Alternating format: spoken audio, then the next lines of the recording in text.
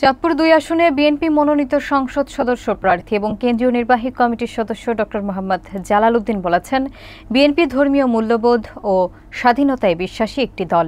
তিনি বলেন, বিএনপি ধর্ম নিয়ে রাজনীতি করে না, বরং ধর্মীয় মূল্যবোধ ও সমাজে নৈতিকতার প্রসারে কাজ করে। ওলামা সমাজকে বিএনপির পতাকা তলে ঐক্যবদ্ধ হওয়ার আহ্বান জানান তিনি। বিস্তারিত দেখুন মনিরুল ইসলাম মনিরের তথ্যচিত্রে। চাঁদপুরের মতলব উত্তর উপজেলার ৬০ নং ইউনিয়নের সটাকি গ্রামের হজরত গনি শাহ মাইজ ভান্ডারী দরবার শরীফের বার্ষিক ওরস উপলক্ষে বক্তব্য রাখেন বিএনপির কেন্দ্রীয় নির্বাহী কমিটির সদস্য এবং চাঁদপুর ২ আসনের প্রার্থী ড মোহাম্মদ জালাল উদ্দিন। তিনি বলেন, বিএনপি ইসলামের পক্ষের দল এবং শহীদ রাষ্ট্রপতি জিয়াউর রহমান সংবিধানে বিসমিল্লাহির রহমানির রাহিম ও সর্বশক্তিমান আল্লাহর প্রতি আস্থা যুক্ত করেছিলেন, যা ধর্মীয় স্বাধীনতার প্রতীক। ড জালাল উদ্দিন উল্লেখ করেন, বিএনপি ক্ষমতায় গেলে আলেম ওলামাদের মর্যাদা ও সম্মান প্রতিষ্ঠায় কাজ করবে। তিনি নেতাকর্মীদের আহ্বান জানান, তারেক রহমান ৩১ দফা কর্মসূচি এবং জনকল্যাণমূলক পরিকল্পনা জনগণের কাছে তুলে ধরতে।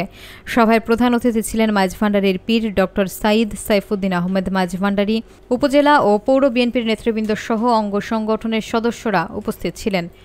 ড জালাল উদ্দিন ও তার সফর সঙ্গীরা হজরত আব্দুল গনি শাহ রহমাতুল্লাহ এর মাজার জিয়ারত করেন এবং দেশ ও জাতির শান্তি কামনায় বিশেষ মোনাজাত অনুষ্ঠিত হয়।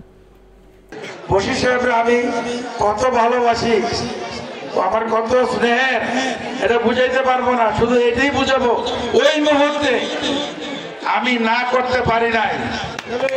আমি বলছি জান ভাই, সেটা হলো আল্লাহ রাসূল, এটা হলো আমার একটা গজল।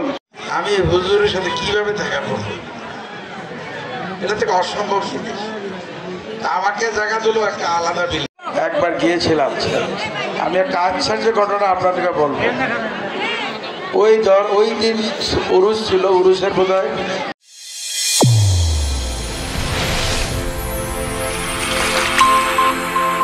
চ্যানেল A1 হৃদয়ের স্পন্দন।